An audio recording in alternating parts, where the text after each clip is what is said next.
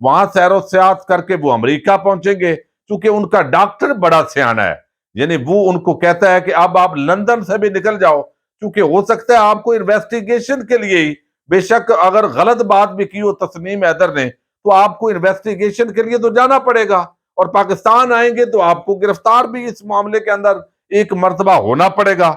لیکن یہاں پر جو ہے وہ عمران خان نے جو پیش کیا ہے وہ تو آپ کو بتاؤں گا، لیکن حکومت اور جی ایچ کیو کے مابین تناؤ ہے، لیکن اس کے اندر لگتا یہ ہے کہ کوئی نہ کوئی سیٹلمنٹ ہو رہی ہے۔ اب اے سمری آئے گی، بی سمری آئے گی، چونکہ دو سمریاں ہوں گی۔ ایک سمری کے مطابق تو لیفٹیننٹ جنرل آسم منیر وہ سب سے سینئر ہوں گے، لیفٹیننٹ جنرل سیر شمشاد مرزا وہ دوسرے نمبر پر ہوں گے، اور باقی جو ترتیب ہے اس کے اندر جنرل محمد عامر نہیں ہوں گے۔ لیکن جو لسٹ بھی ہے اس کے مطابق لیفٹیننٹ جنرل سیر شمشاد مرزا، وہاں سے وہ لسٹ شروع ہوگی اور اس میں لیفٹیننٹ جنرل محمد عامر بھی ہوں گے۔ اب یہ وہ جنرل عامر ہے، ظاہر پروفیشنل ہے، لیکن کوئی نہ کوئی کسی کے ساتھ ڈیوٹی لگ جائے تو وہ بریکٹ ہو جاتا ہے۔ اب یہی معاملہ ان کے ساتھ بھی ہے۔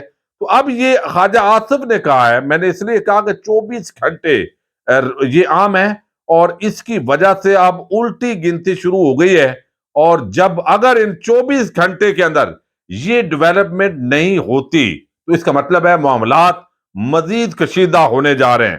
خواجہ آصف نے کہا ہے کہ اگلے 48 گھنٹے میں آرمی چیف کی تقرری کا کام ہو جائے گا۔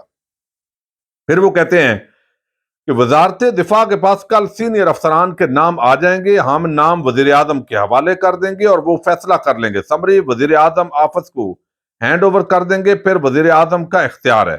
سینئر فوجی افسران کا نام بھیجنے کا استحقاق جی ایچ کیو کا ہے۔ سول ملٹری تعلقات میں قطعی کوئی تناؤ نہیں ہے، یہ اس ملاقات کے بعد انہوں نے بات کی ہے، اس کا مطلب ہے کوئی نہ کوئی بریک تھرو جو ہے وہ ہوتا ہوا دکھائی دے رہا ہے۔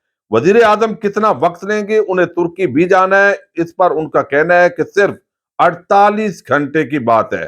سول ملٹری تعلقات میں تناؤ نہیں ہے، معاملات درست جا رہے ہیں۔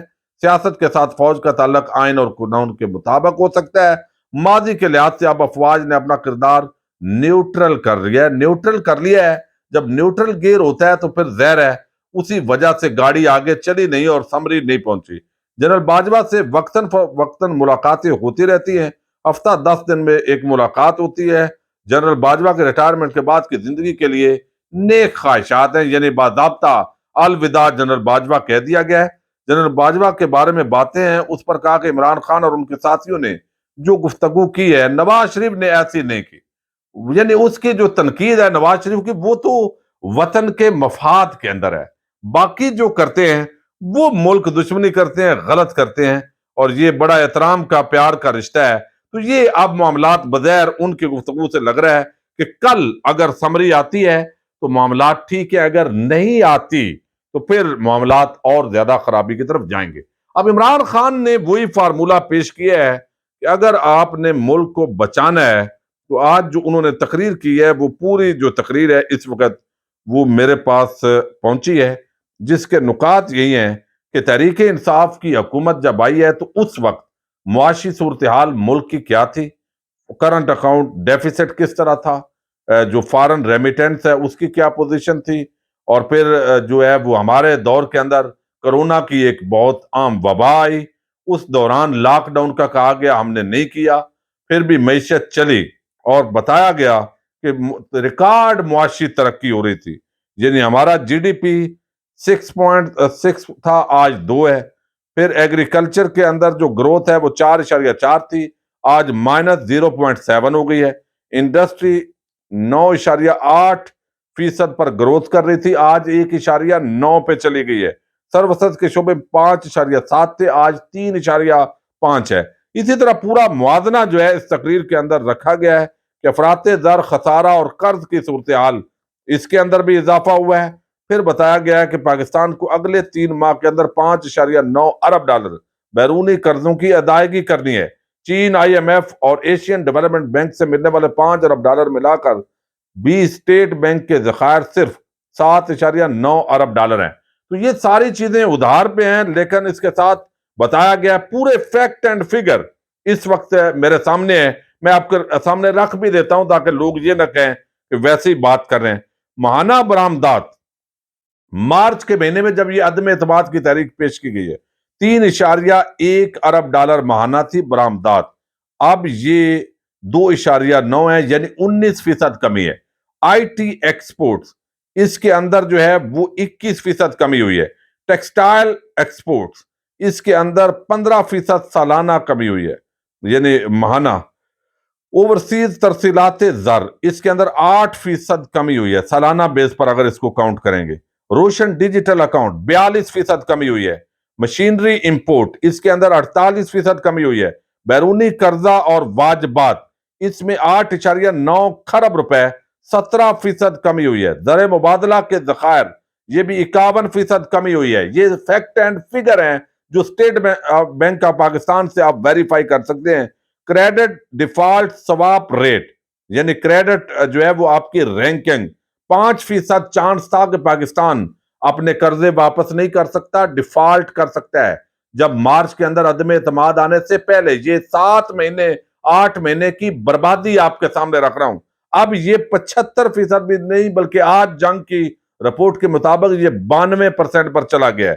اسی طرح ایکسچینج ریٹ 178 روپے تھا ڈالر کے مقابلے میں روپیہ، اب جو ہے یہ 232 میں بھی نہیں مل رہا، 25% کمی ہوئی ہے۔ تو اسی طرح کریڈٹ ریٹنگ موڈیز کے مطابق مستحکم تھی، اب منفی ہے۔